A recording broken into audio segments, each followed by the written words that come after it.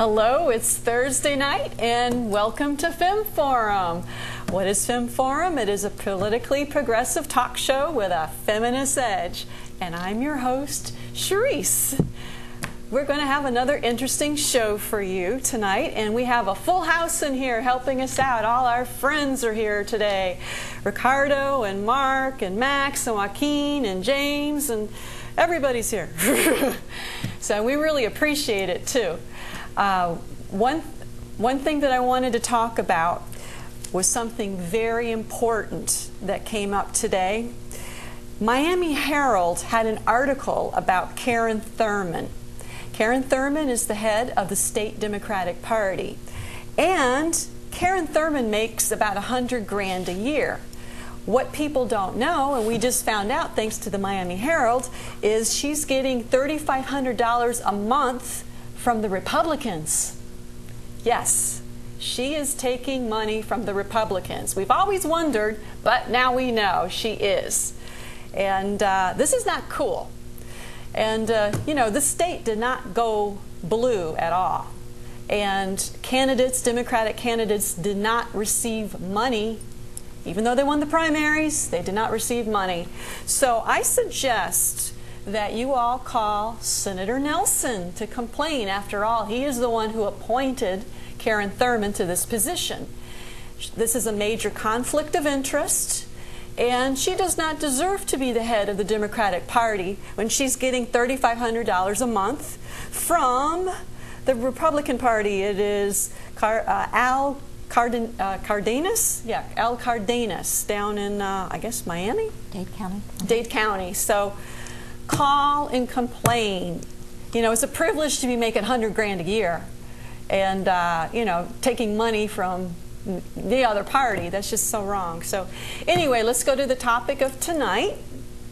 I have a couple of guests on, and I'd like to introduce them.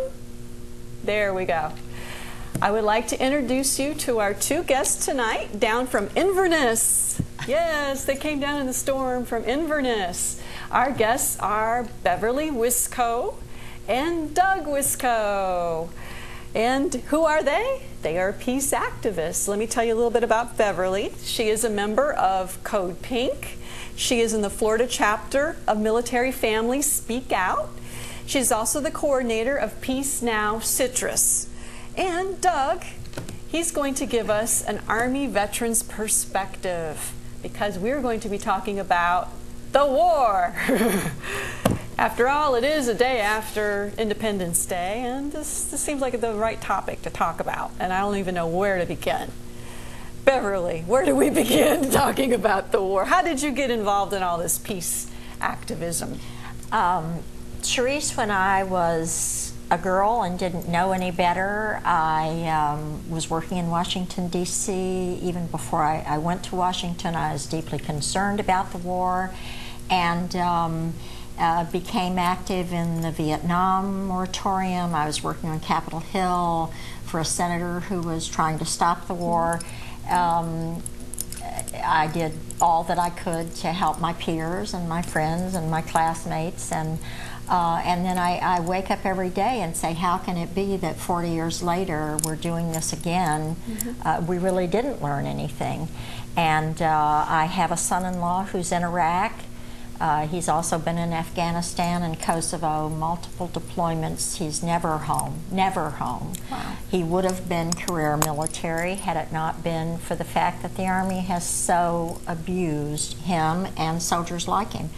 Military Families Speak Out's an organization of over 3,000, almost now 4,000 families with soldiers either in or who have been in Iraq or Afghanistan, working to bring the troops home. Now, stop the war, bring the troops home now, take care of them when they get here, which is a whole other issue, and never again to permit the United States to deploy our troops into a war of choice. All right, well said. Now, Doug, have you always been a peace activist, or is this, tell us your background. I got out of the Army many, many years ago, and shortly thereafter, in fact, it was during the Vietnam era, and I was a Vietnam era veteran. got out and was immediately involved in the anti-war movement, saw the folly of what we were doing, and have been concerned. There are so many issues in this Iraq war that are going on. My primary concern and interest is the well-being of our country and our world. And my belief is that with what we are doing in Iraq, we are both damaging and perhaps destroying a part of what our country is all about and our world. Wow. What is the difference, you think, or is there a difference between Vietnam and today's invasion? There's a huge difference.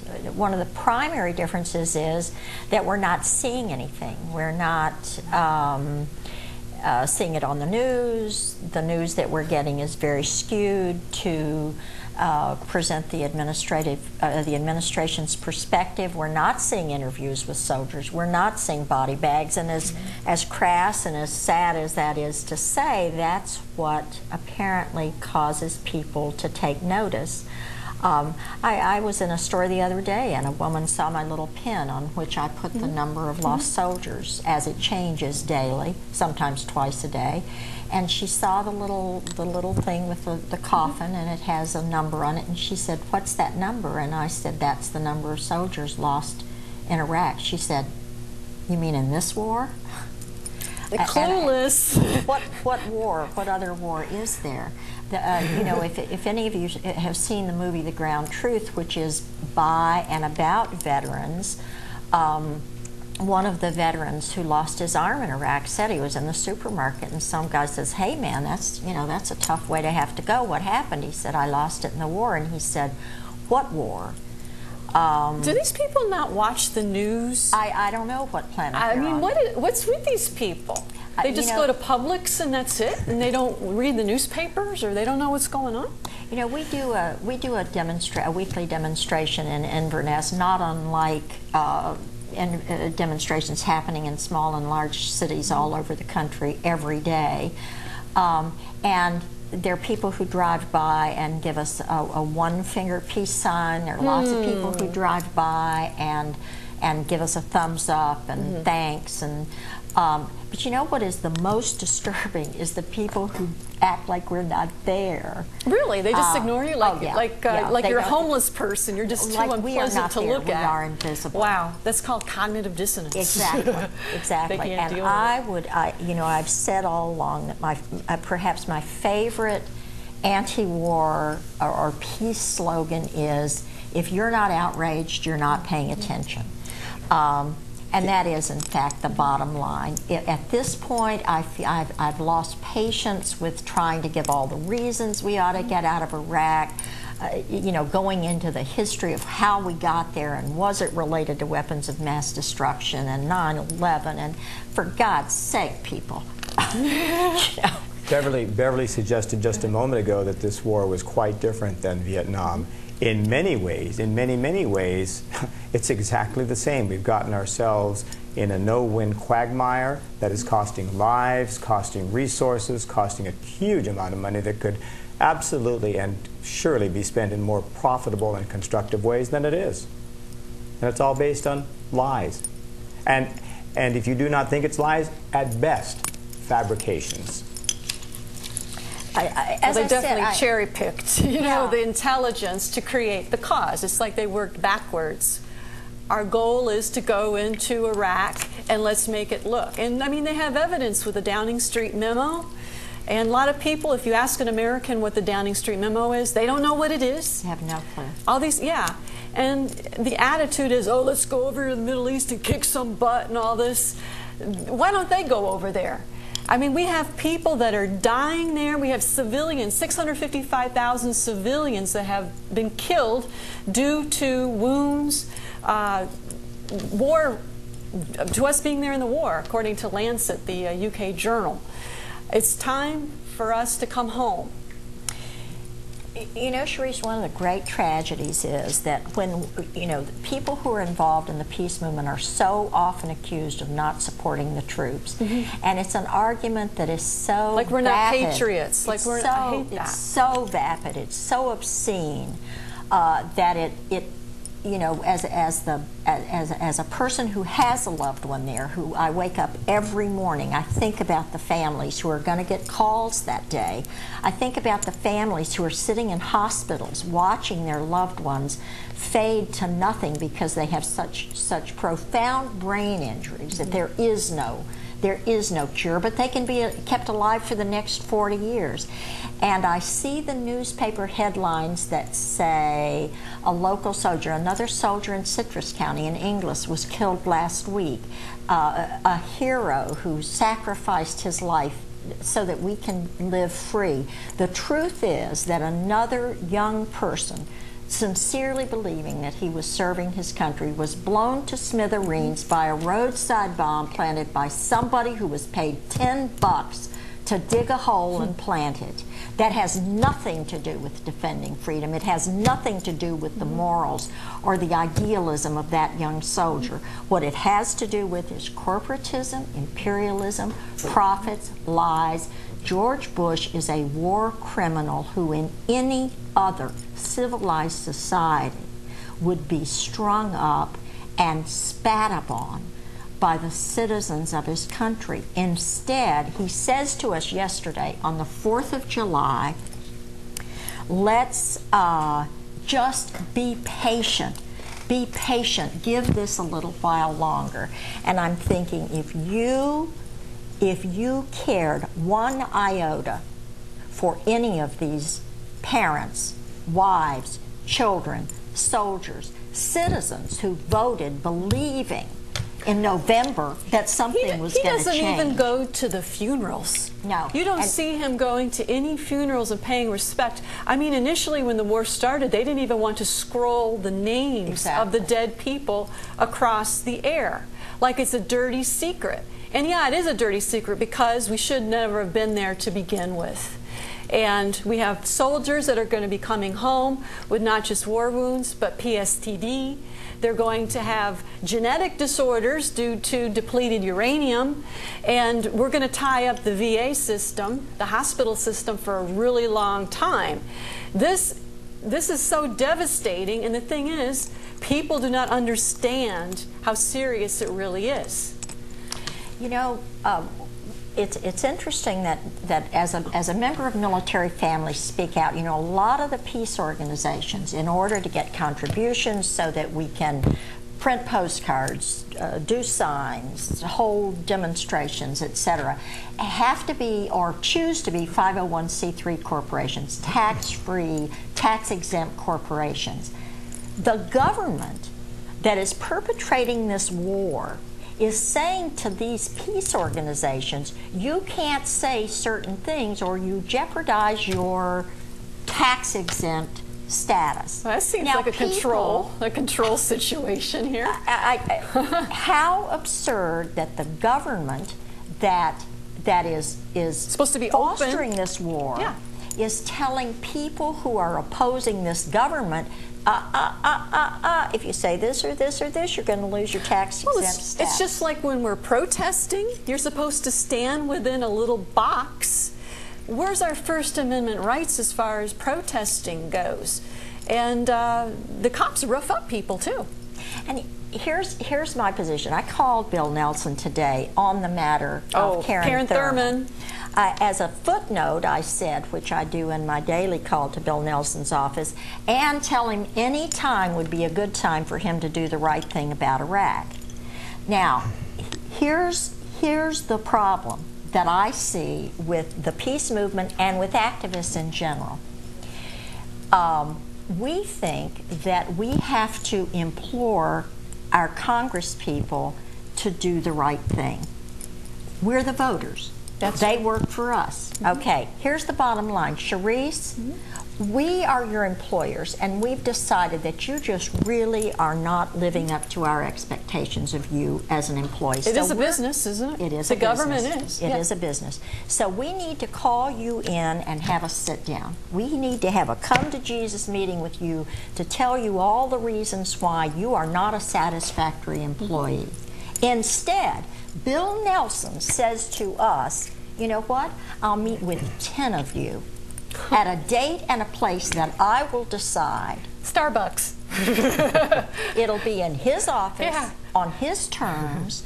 We will have to give him a list in advance of the 10 people who are going to be there.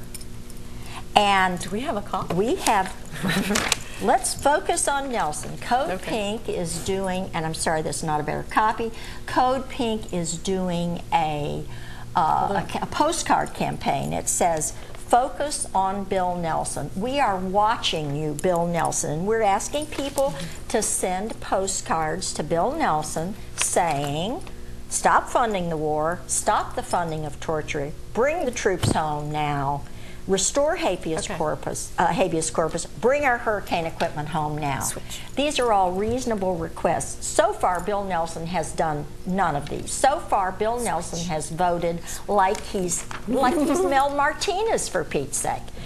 So, here's my position. Bill Nelson, you work for me. You ain't doing a good job. You're fired.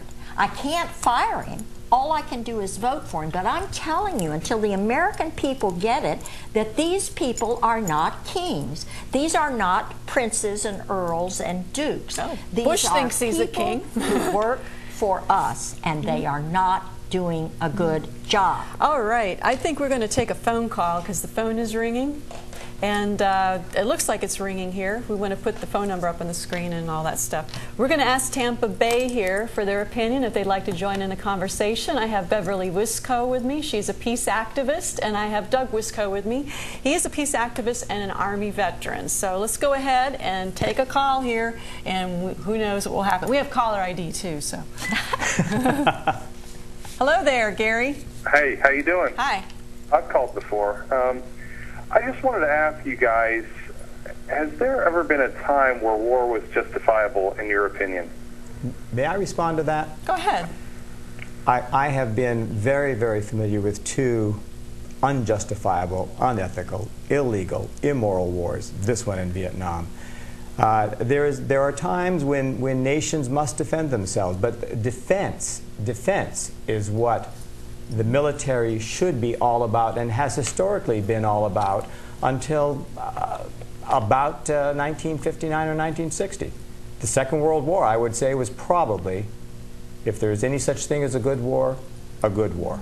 Okay, well, the question is, when we were attacked by the Saudi Arabians on September 11th, did we go into the wrong country? Duh. We went into Afghanistan originally. Right, but it was Saudi Arabians on that plane. That's true. That's true. But they claimed that the Taliban, they were training over there in Afghanistan. I actually felt that if that was the reason, yeah, but they didn't finish the job there, and now the Taliban has regrouped. Right. Iraq, they might as well have gone into Canada or something. There's no correlation whatsoever. Right, but I'm just asking, after September 11th, where should we have gone? I'm not sure that we should have gone anywhere. I'm not sure that was the... I think 9/11 was a great excuse. As far as I'm concerned, it was a gift from God. If George Bush was praying, then his God gave him 9/11 as an excuse to do whatever he wanted to do. And he sold it to us hook, line, and sinker. No, he didn't really sell it to us. It's just that whole Muslim philosophy in that part of the country. It needs to be stopped. And how do you stop that? I mean, is it something that could happen in the future? Could they bring a nuclear bomb over here? They don't look at Iraq. In Iraq, they didn't even have a true military. They were basically fighting with sticks and stones, just like they do in Lebanon. These people, they use suicide bombers because they're desperate. They have no other way to fight. They didn't like they had an air force in Iraq, right? Or a navy. Come on. They said it would take, what, 3 weeks? Like sticks and stones. I mean, Exactly. Mission accomplished was when? After September 11th, not too long after. Well, we went in 2003, and 3 months later he said our mission was accomplished. But here's the thing. I mean, I ask this of people who support this war every day, and you know their justification is if we don't fight them there, we're going to be fighting them here. That's you know what I say? Bring stupid them rationale. On. Bring them on. Stupid okay? rationale. They have no air force. They have no tanks. They have no ships. These are truly insurgents.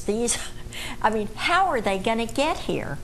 How are they going to get 1,000 of them in? Right they now, already were here, basically, because they trained here, right?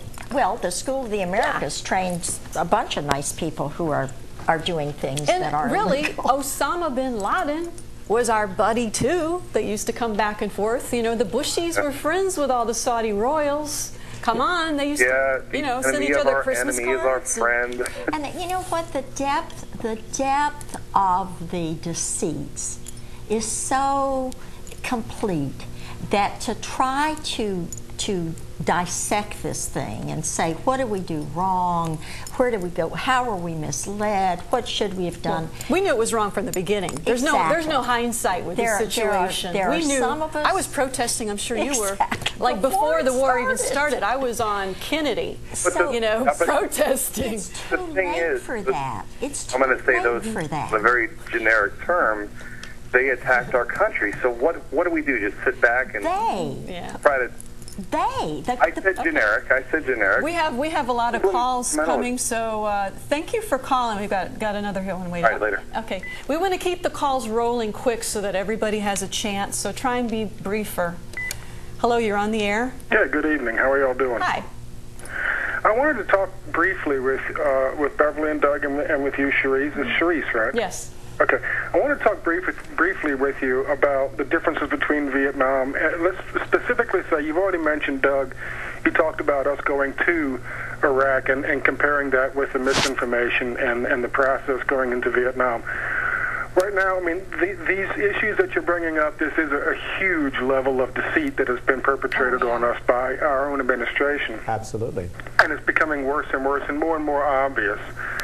I think that hopefully between now and January 20th, 2009, this president will not be the one who steps out. I think that hopefully he will be impeached before then, or at least Vice President Cheney will be. That's a whole nother ball of wax. That's a whole nother topic we like to talk about is impeachment.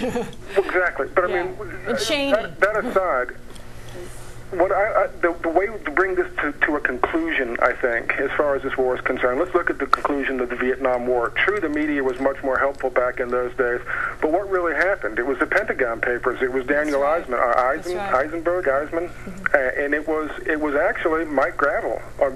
Yeah, Gravel from Alaska, who did a 5-month filibuster in the Senate. I mean, where are those kinds of people going to come out? Do we have someone in the Senate like that now? Well, John Conyers is the closest thing, but you know he's tried. I mean, they're marginalizing the ones who are there. Like Kucinich. Yeah. There are voices, but those voices aren't being listened to. And speaking of the Vietnam comparison versus this one, the folks who stand across the other side of the street from us every Thursday evening are saying, "Oh, all you folks want to do is cut and run." And I was just going to say. I remember very clearly because I was there.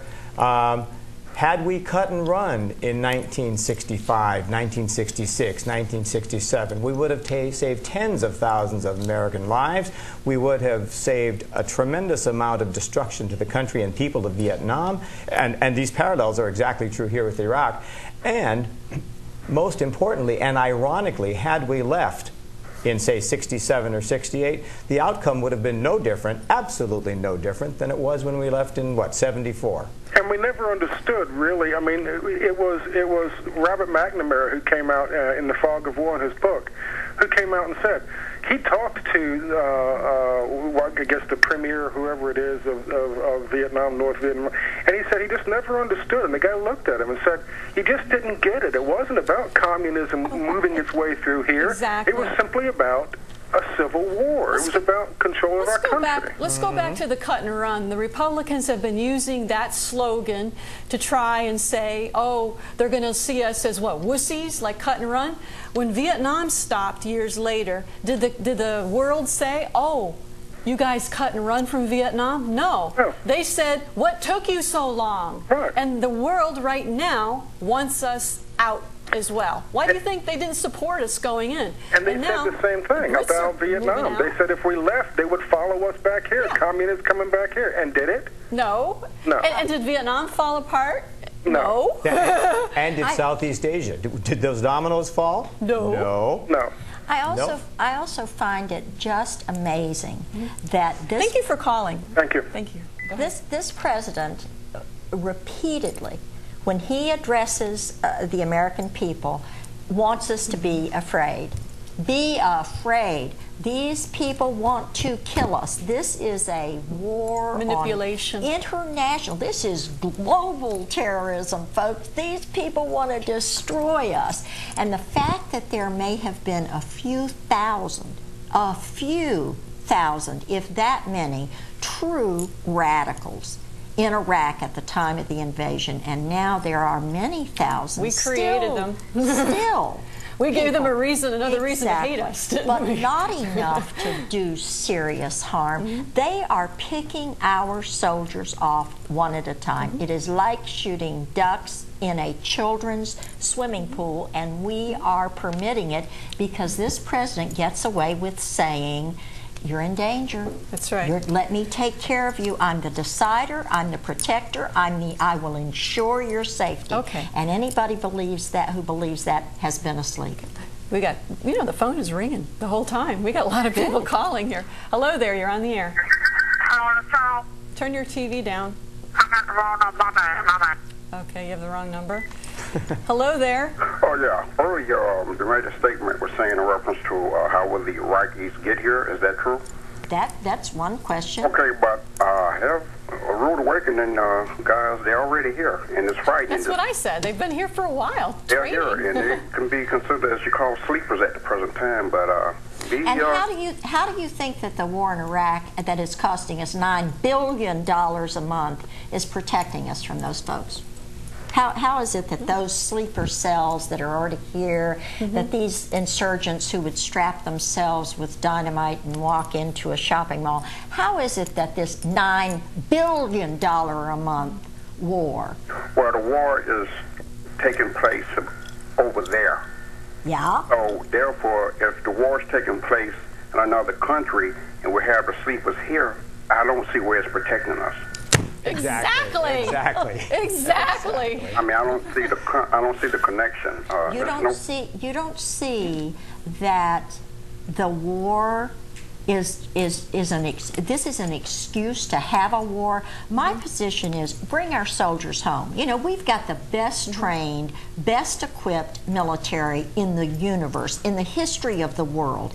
I would feel totally confident if our military were here protecting us against whatever threats. How about broken levees? How about borders that are insecure? Exactly. And how about drugs? Well, the National Guard can't even respond because they're all over there. I as do far as trust our military. with natural disasters. Initially, I want to say something else. Another thing that people are forgetting about when you're talking about the money for the war, the federal government is sucking us dry.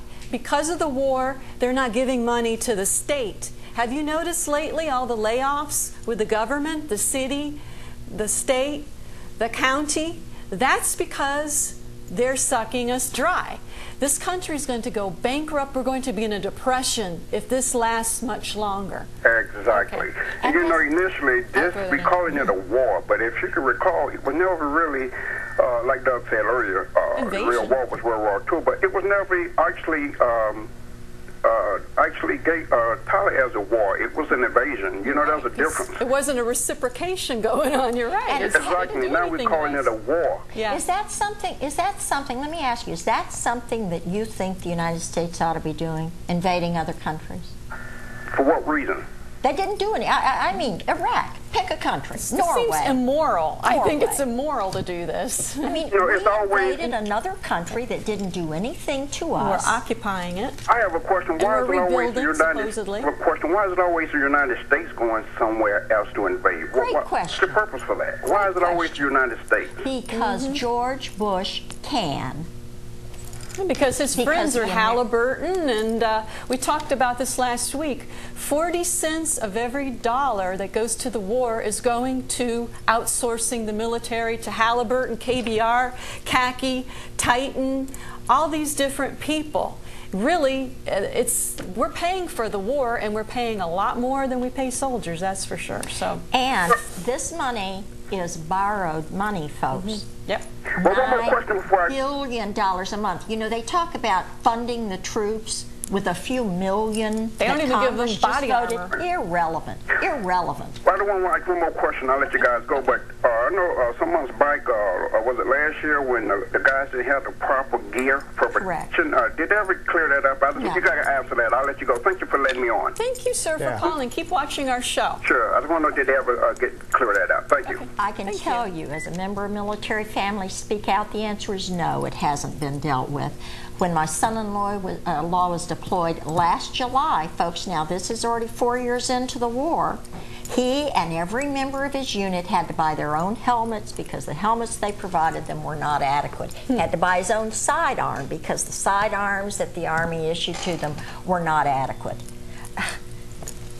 But they can buy SUVs and Escalades and all sorts of, you know, for Halliburton. And they are paying Halliburton $100 to do a load of laundry. Every time an American soldier walks through a food line for breakfast, lunch, or dinner, Halliburton makes $35. $35. We could eat really good in Tampa on that much money every day. This is, the outrages just go on and on and on. Another thing, I had a call from a mother this week, and I just wept on the phone with her. I didn't know what else to do because the answers are so elusive. They seem should be so straightforward, and there just are no answers. Her son's MOS, his military occupational specialty, has been in electronics. He is now being reassigned another MOS, that is military police. Now, what this means is we plan to stay in Iraq, folks. This war is not going to end. I may work 24 hours a day to try to stop this war. Didn't Bush say we're going to be there 50 years? He did. Yes, yes. And you see, we have gotten ourselves in this quagmire. It is a true quagmire. We have death, we have destruction, we have expense escalating and escalating and escalating. For what? For what? What was the mission? Do we really know?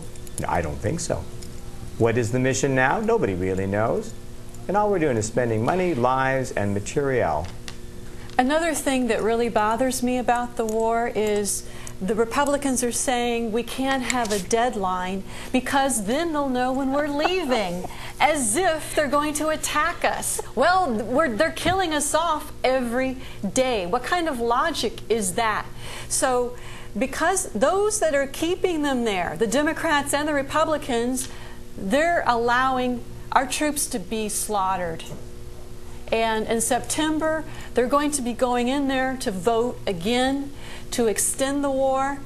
And please, people, pressure them to end it. Tell us about the protests going on in September.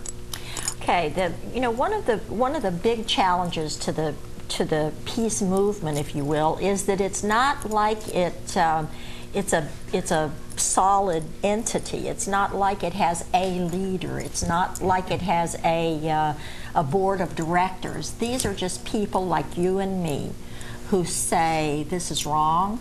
We've got to do something. And so we come together with all of our various backgrounds and our baggage and our reasons, and we say, how do we stop this war?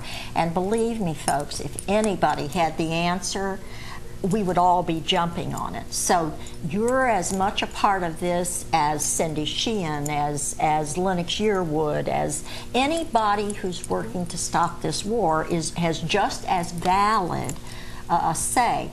What has to happen is that all of us, that means you, that means your children, that means your neighbors, have to start paying attention. You have to start caring that this government is out of control and that we are the only ones who can stop it. And in September, there is an effort, and we'll see how it goes, because you're talking about a lot of independent, free-thinking people, but there is an effort for all of us, meaning peace groups, justice groups, people concerned about immigration, people concerned about gay rights, there a lot of people church concerned groups about too? freedoms. I mean, church groups, of course. That believe in peace. Quakers. I mean, all of these folks coming together in Washington and literally shutting down the government. That's the only thing that's going to work. You know, 600,000, 500,000 of us showed up in September of '05, and CNN covered about 2 hours of it. 500 folks showed up the next day to say, we support the troops, we support the military, you know, these people are against our troops, and they got more coverage than the 500,000 who showed up to protest the war. Just yesterday, the president spoke, where was it, in Arkansas, Alabama, wherever it was, and he talked about this, you know, we need to be patient, we need to be courageous. The American people spoke. Let me back up one moment. Yesterday, for the first time in my life, I wrote a letter to the president. I've never done that before. Good for you. And the essence of what I had to say to the man is that he just does not seem to get it. It appears to me that he's trying to salvage something, some sort of a legacy, and the legacy is to be victory in Iraq. And I don't believe that's going to happen. And in my view, he could salvage his legacy best by saying, okay, we're done, we're going to leave. But the point is, I wrote a letter to him, and it seemed to me, and it said, Mr. President, it seems to me that you just don't get it, sir. The American people spoke in November. And what the American people said is stop. And yet we continue. All right, let's take some more calls here. Let's keep it rolling. Oh, you dropped off. Hello there. Hi there. Hi. I'm very interested in what you all have to say, and I would like to comment that my son-in-law has been deployed for the second time. Wow. And our daughter, who has 2 children, 2 sons, is being treated for brain cancer. They told him he can't come home unless she's dying. Yeah. Pretty hard. It's cold. That's the cold. That's the kind of call that military families speak out hears every day. It is tearing my heart out. Yeah, mine too. These are soldiers who have voluntarily signed up to serve our country. Correct. Their oath is that they will protect and defend the Constitution against all enemies, foreign and domestic. It does not say, I will follow a crazy man into hell. Right. Yeah. I agree with you 100%. Follow, if you will, a domestic enemy. A domestic enemy. A man who's what destroying this nation. What employer would ask that of an employee? Essentially, people in the military are employed, right? Nobody that I know. They're asking you to be sick. They're asking you to give your heart and soul, your life. They're asking you to be exposed to depleted uranium, which is the cause for the Gulf War syndrome, even though they deny it. Sure. They're asking for blood. And you know what? It's not worth it. No, I don't think so either. And can I urge you, please, to contact Military Families Speak Out. I certainly will. And there are resources. There are things that people can do. If nothing else, it may comfort you to know that there is not a military family in this country that is not dealing with exactly the kind of challenge you're describing. Yeah. I'm sure. And there's an organization in Gainesville, sort of based in Gainesville, and the coordinator of that group is Scott Camille, who was one of the originators of Vietnam Veterans Against the War. And Scott runs a group called GI Rights Hotline. It helps to deal with precisely the kind of thing you're talking about. You have an honorable soldier trying to honor his commitment who is faced with an incredibly painful choice about leaving his post, if you will, to be at the side of his wife and to support his family, or to say, I'm sorry, honey, I can't be there. Those are the choices that we should not be making. Exactly. The other thing I would recommend is just plain immoral. Who's your congressperson? Well, she contacted Adam Putnam because they are registered here in Florida. Okay. Because they had denied her MRIs because of being treated but Adam Putnam is like a little marionette. Yeah, right. And he did a response from somebody in fact, his office. I was talking to John about this morning about Adam Putnam. I called him a marionette in training because he's young, and the older Republicans are grooming him to be like them. Puppet, and he's not going to help. Well, the good thing is she was able to get some of her medical issues resolved thanks to some females, of course, that worked in his office. I think it was a liaison for the military, and it was very helpful for her because she was taking chemo drugs. Now they want to do radiation. She's going to have a biopsy, and it's just heart-wrenching. Yeah. I also urge you to put on your calendar, and heaven knows the things that you're dealing with, it's hard to say, why don't you make a phone call every day? But I would implore you to call Bill Nelson's office every morning. Okay. We can do that. We have his phone number. I think Bill Nelson's phone number. No, we have the phone number here at home. I've got it up on the screen. And just say, this is my issue. Yeah. This is my issue. This is my issue. Keep at them. Yeah. I think thank you so much for calling, and keep watching our shows. Is this the first time you've ever watched? Yes, it is, as a matter of fact. Well, you need to watch the show. And I just happened upon it, and I'm so happy. Let me tell you. Number 225-7040. Yeah. Thank you for calling. So much, and keep up. Okay, sorry about that. If you like our show, Femme Forum, I want to remind you all to watch The Buzz. The Buzz is on Wednesday nights, the day before, from 9 to 10 p.m. And it is also a progressive talk show. So if you like what you're seeing here in Femme Forum, watch The Buzz at the VCR or whatever. So I just wanted to throw that in. So Mark Nash is the host, and just wanted to plug them. Okay, let's take another call, and let's try and keep them brief too, so we can get a lot of calls in. You never know who's going to call. Hello there. Hey. Hey, Kim. Say a minute. Oh, you said sorry about that. Sorry. Anyway, the other night on talk radio, I'm going to find the story to back this up because this is really outrageous. So I'm going to just tell you the gist, and then next week I'll call you with where people can look this up. Apparently, what is going on over there is that they're using our dollars, that they're pulling out of our economy to fund this war, billions and billions.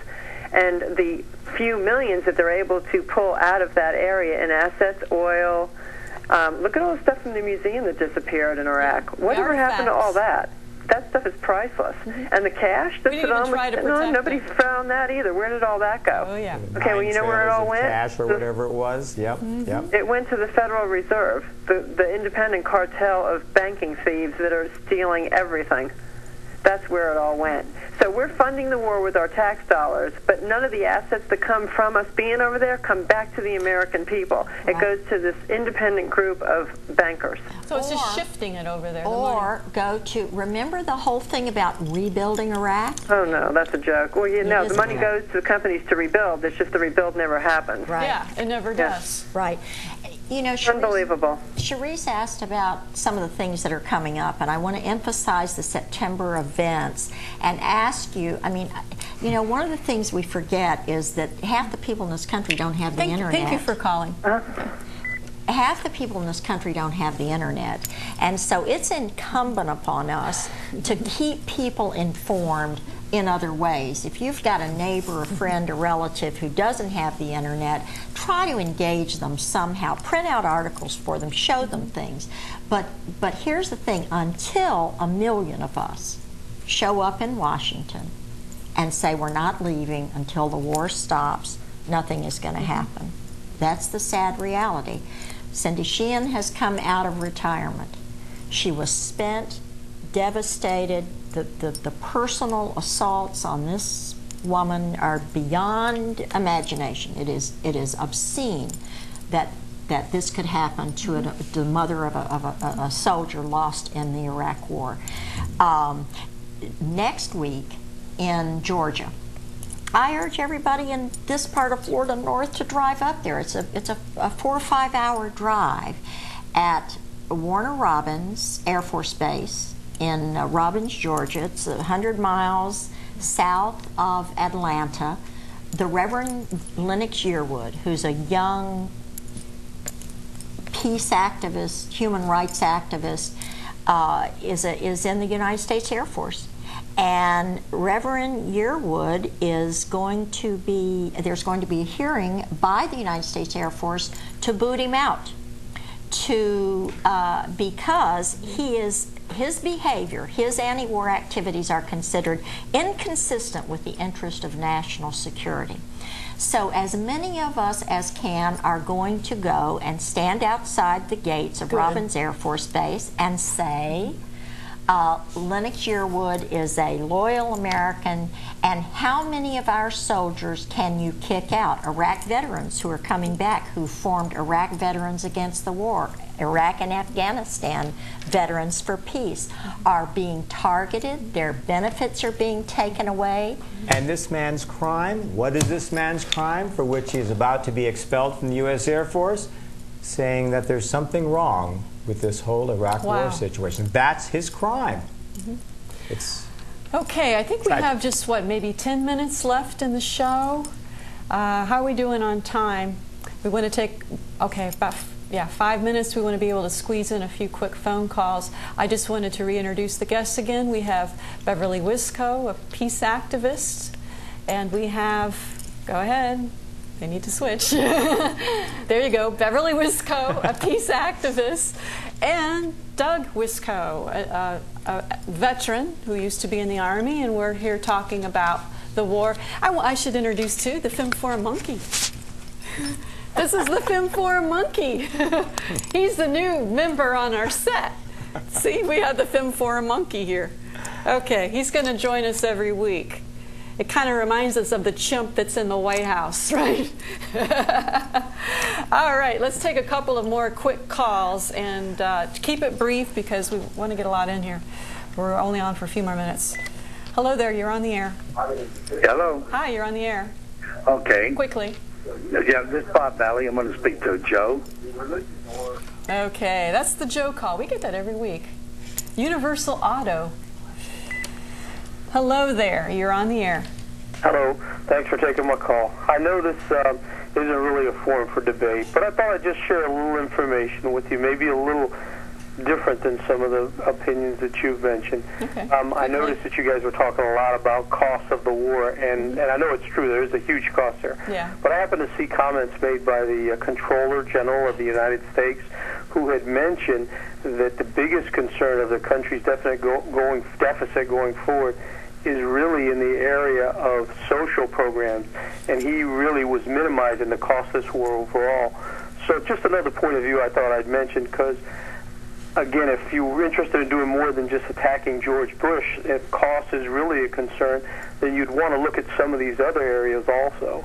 And again, the chief financial officer of the United States feels that there are many other pressing financial concerns that far outweigh the cost of this war. I can't think of any that But wait, that's exactly why the costs of this war ought to be minimized, if not totally eliminated, because then funds released $9 billion a month are released to do other things that need to be done. Here's the other thing. We talk about a deficit. Those are the monies that are allocated that we don't have, and so we have to borrow them. Folks, $9 billion a month is being borrowed from China. China owns us, okay? What happens when the note is called due?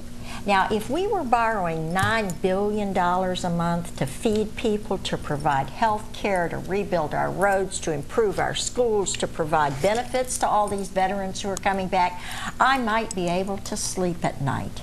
But that's not what we're doing with the $9 billion a month. And those needs are going unaddressed. And you know what? You can take any kind of number you want and you can make it look any way you want. And anybody who still thinks that the people who want to stop this war are all about not liking George Bush ought to talk to the veteran that stands with us every day. This is a Republican, a veteran, never stood in a demonstration before in his life.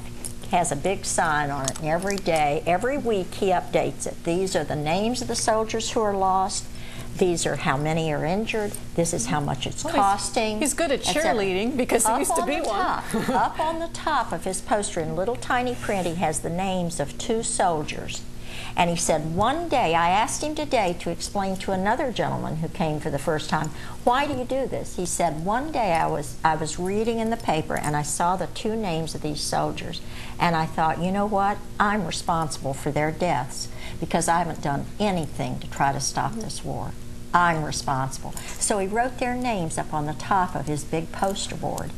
And every week, he redoes his numbers and he comes to the demonstration. He stands on the street corner and doesn't say a word until each of us accepts that we're responsible for this. If this is the way you want our nation's resources invested, then support the war. Support the war. All right, let's take another quick call. We have, what, maybe 5 minutes, a few minutes? Okay. Hello there. Hey, good You're evening. You're on the air. Just wanted to comment on this topic. Quickly, we only have like a few minutes left. Okay. Thank you.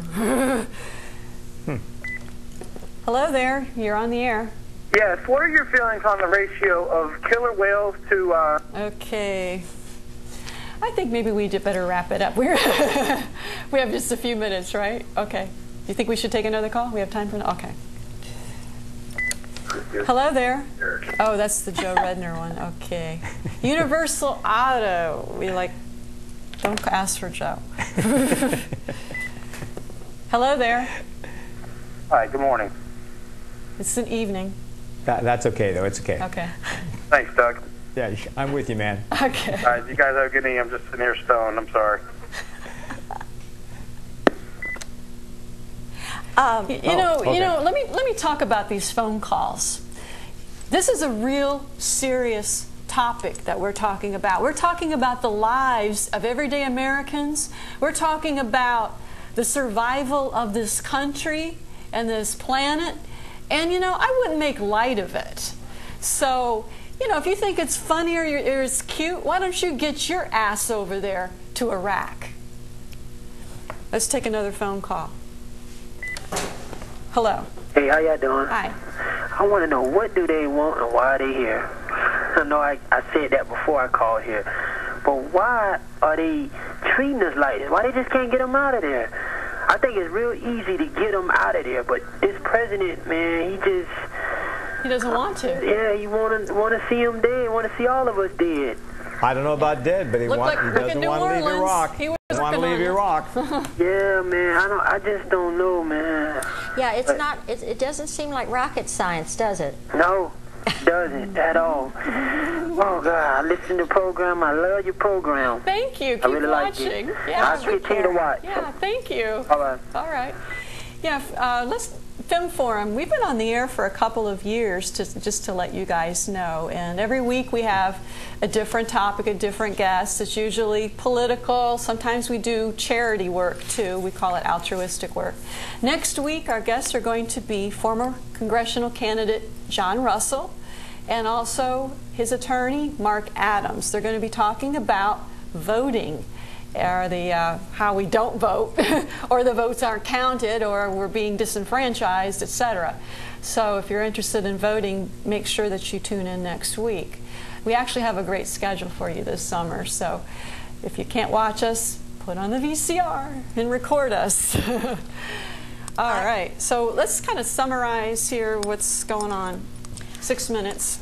You know what I think would be just a huge boon to the peace effort is if people all over this country could sit for 30 minutes and listen to folks like Chyrisse, people who are working to stop the war, people who aren't interested in calling George Bush names and who's the bad guy, who's the good guy, but who really are interested in what is best for this country and what is best for this country. Each of us has the right to determine that. And I also think each of us has to acknowledge these people are our employees. Our senators and congressmen work for us. They're not special, folks. They didn't come down from heaven with some special blessing on them. And when they go out of office, they'll all get great jobs and become millionaires. So while they're in office and they are accountable, it's up to us to keep them accountable. I want to show you a couple little signs that I have. You know, what you can do is call your congresswoman, call your congressman every day. You may think it doesn't matter. That's okay. Maybe it doesn't matter. But you know what? If nothing else, it's an irritant, and it's your voice. We're focusing in on we're going to try to focus in on these. Okay, these are my little mini signs. And one of them has a picture of Bill Nelson, and it says, run-of-the-mill war shill bill. Because Bill Nelson right now has done everything that this administration would want any of its followers to do to support this war. The other one says, grinning, spinning Jenny. Jenny Brown-Waite is my congresswoman. She is also just a huge supporter of this war, professes to be a great supporter of veterans. On the back it says, wanted war criminal Jenny Dead Waite. Charges include coupling 9/11 and the invasion of Iraq, propagating war lies, funding the war machine, fear-mongering, failure to support our troops, unwillingness to do the right thing ever. Bill Nelson says wanted for war crimes, voting to invade Iraq, knowledge he was lied to but continuing to fund the war, pretending to represent those who voted for him. Folks, this is what you can do. Call your congressman. Call your senator. If there's not a peace demonstration in your area, start one. Go on the street corner. Put up a sign that says how you feel. But don't do nothing. Right. Don't wait until 20 years later and say, my God, I wish I had done something to try to stop this war. There's other things you can do too. Write letters to the editor. Try and get your word out. Hopefully they'll publish it, but then they're corporate too. But there's positive things you can do. You can email senators, congressmen, do something, try and help. If we all pitched in together, this grassroots effort could stop the war. It did with Vietnam, it can do it again. So we want everybody to stay tuned to Femme Forum, keep watching every week. There's always something going on. You never know what's going to happen. You never know who's going to call. It gets pretty emotional, too, when we do this show, because we're trying to enlighten the audience out there, and, of course, we're into altruism. So what is this here? We have a little note here. Final thoughts for, I can't read it, our guests. Quickly, Doug, you want to say anything before we go?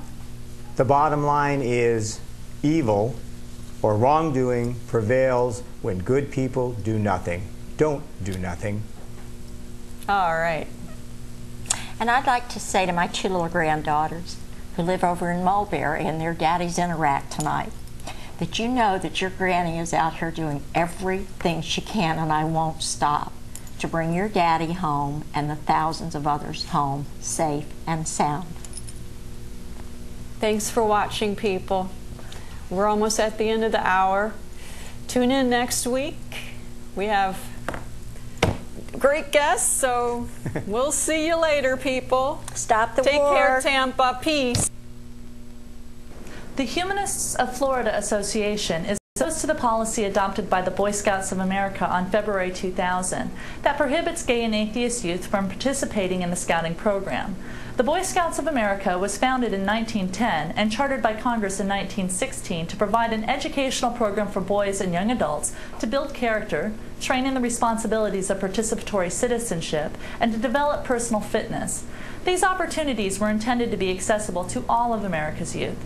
The recent prohibition of gays and atheists from the Boy Scouts of America is being fueled by religious extremists who are using the Boy Scouts as a platform to impose their religiously guided morality. The Humanists of Florida Association is opposed to the efforts of these extremists and is resolved to support any effort to change the policies of the Boy Scouts of America. The Humanists of Florida Association works to promote the use of reason and compassion in the solving of human problems. Are you a humanist?